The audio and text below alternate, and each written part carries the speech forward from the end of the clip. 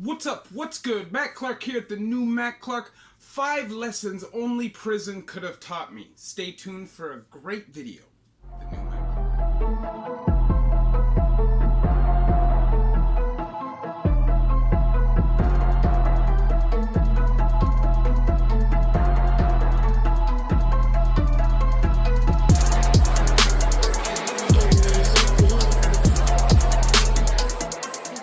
What's good? Matt Clark here at the new Matt Clark. How are each and every one of you doing on this amazing Monday? I'm doing great. My girl's doing great. My family's doing great. And I hope each and every one of you are doing great, even though these times aren't all that great. I'm over it. Let's get over with this already. I want to say thank you to my 2,090 subscribers. You guys mean the world. The movement is real. The movement is growing. Thank you for holding me accountable. Thank you for talking to me, taking the time out of your day to make my purpose meaningful for me. So thank you very much. If you could please hit that like button. If you could please hit that subscribe button and that bell notification button so you get these videos when they're new. If you could share with somebody on social media, help spread the message, help spread the word, that would be amazing. And there's a PayPal option if you'd like to donate, help, and support the channel. So today, I'm going to speak on 5 lessons only prison could have taught me. I was a knucklehead, I was stupid, and I had my priorities all twisted. As you know from watching my videos, it's quite obvious, knucklehead, right? So, today I'm going to speak to you about 5 lessons only prison could have taught me. Now, I'm not going to do them in any particular order, except the last one, which to me is the most important. So that will be number 1. Other than that, to me, it doesn't matter. So, if there's 5 lessons, we're going to start off with number 5. And only prison could have told me this. Respect your elders. Now, obviously, I always respected my own elders, my grandparents, my parents, etc. But what prison taught me was to respect all elders. Now, whether the guy's tough, whether the guy's a goon, whatever it is in prison, if the guy's above 50 and you're throwing hands with him, you will be looked down upon if you are the aggressor in Canada or in Ontario anyways. Why are you going around beating up old men? If they come at you, they throw hands at you, that's one thing. You have the right to defend yourself always. But don't go picking fights with older people. Now that translates to the street. Obviously at work. Just in your everyday life, you come across a lot of really ignorant civilian elders. You gotta just put the blinders on and walk away. Put the blinders on, walk away, respect your elders. Remember, times have changed a lot. People are way less ignorant, are way more wise, are just way more socially, I guess, blessed than they used to be. So just keep that in mind. So number 5 is respect your elders. Now number 4, to me, this is very, very, very important. Believe nothing what you see, nothing what you hear, and only half of what you see. So believe no stories. And even what you see, you could be misled. Remember that. Keep that in mind. Always be objective. Always weigh both sides of the coin to get the best result. Now for me, this translates to the street, to my new life, specifically with all this crap on social media, all this crap with coronavirus, etc., misleading information.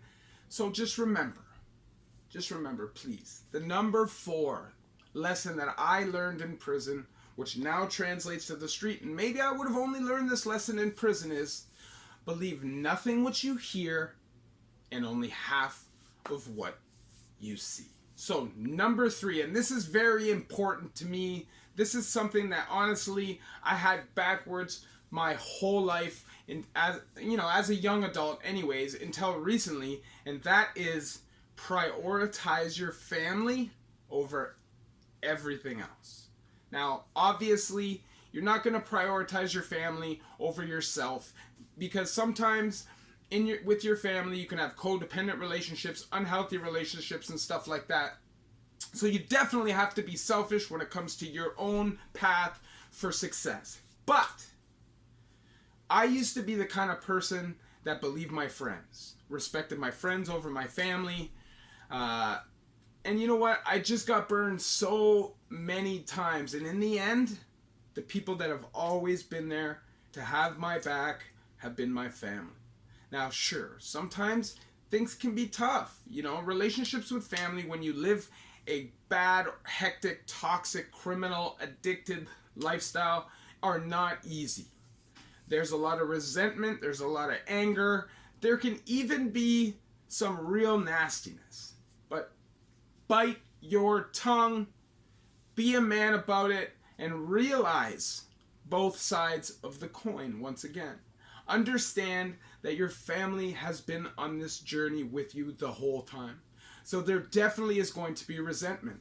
And you're directly spitting in their face for their job as a parent. Now, obviously, we make decisions as for ourselves. You know, when we're 14, 15 years old, we can make our own decisions. We know right from wrong. It has nothing to do with our parents. Now, that doesn't mean that in all situations my family's right. But I don't care. I've learned to prioritize my family over everything. Ride or die. It is what it is. That's just how I feel about the situation. Number 2 lesson that I learned in prison that maybe I wouldn't have learned anywhere else. To be present at all times.